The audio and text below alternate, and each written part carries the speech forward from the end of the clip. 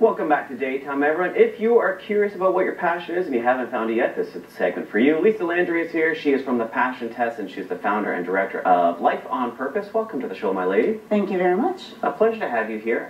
So much to talk about in such a short amount of time. Let's first start talking about people's passions in general, because people are sort of lackadaisical. I kind of like this. I kind of feel like that's fun. Do people not really know what their passions are at this day and age?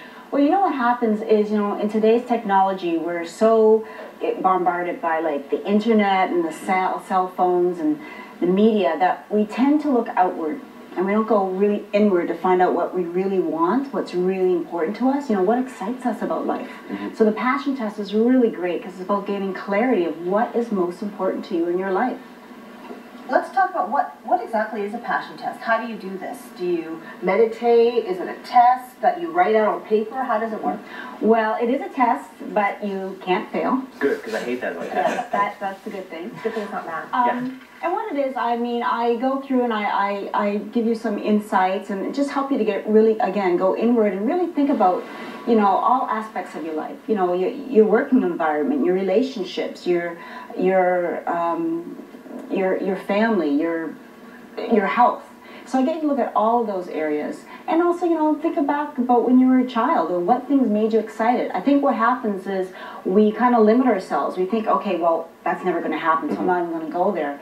But it's about almost dreaming, first of all. Just let yourself go.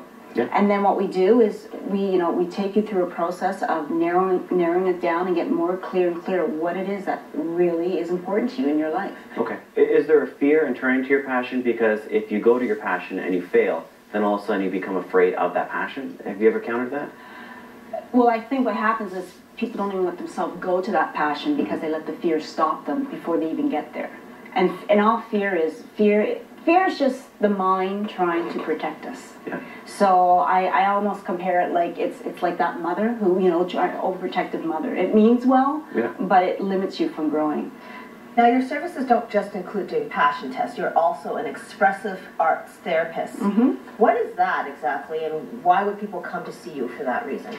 Well, I do expressive art therapy or coaching, and the great thing about that is, again, we're so much into our heads that we have so much wisdom in our body, and using the arts. So when I say expressive art therapy, that means I may use visual art like writing and drawing, or I may use movement or sound, and I help you using these modalities. I help you get out of your head and into your body, and into your subconscious, because that's where the real wisdom, and that's where you can get some really great creative ideas. We're all very creative, but we get stuck on this, our ego living conscious brain. We were talking earlier about getting stuck, and sometimes when people get stuck, it's just letting go and using your left or your right hand that can make a difference. Tell me about that. Yeah. Oh, there's a great exercise that I think people at home should try.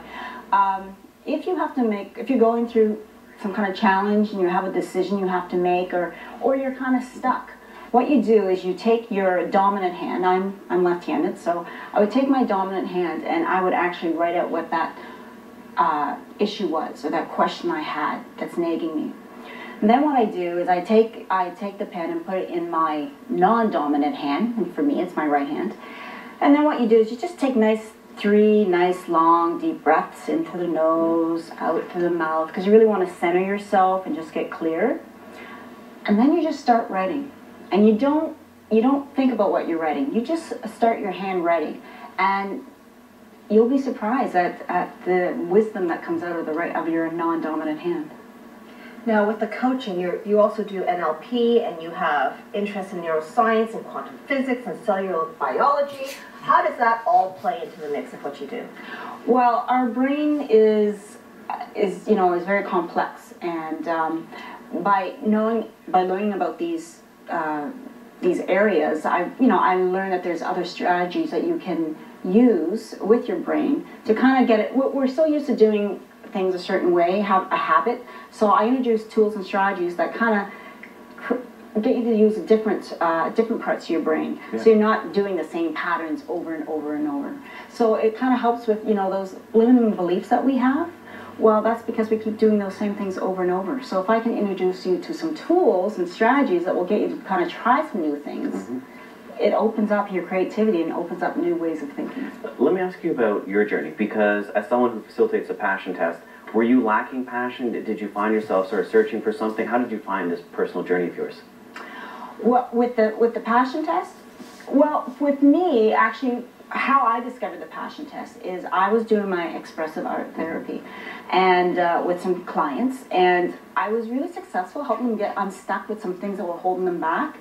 But what I found with some clients is once they got unstuck with that thing that was holding them back for so long, then it was like, okay, what next? Yeah. They didn't know what they want to do next. So I thought, oh, you know, I wish I could come up with something that could help with this. And there's a little story, but basically I kind of stumbled upon the passion test. And when I read it myself and did it myself, I thought it was so powerful. Because again, it really got you really clear. Your top 5 passions, what are they in life?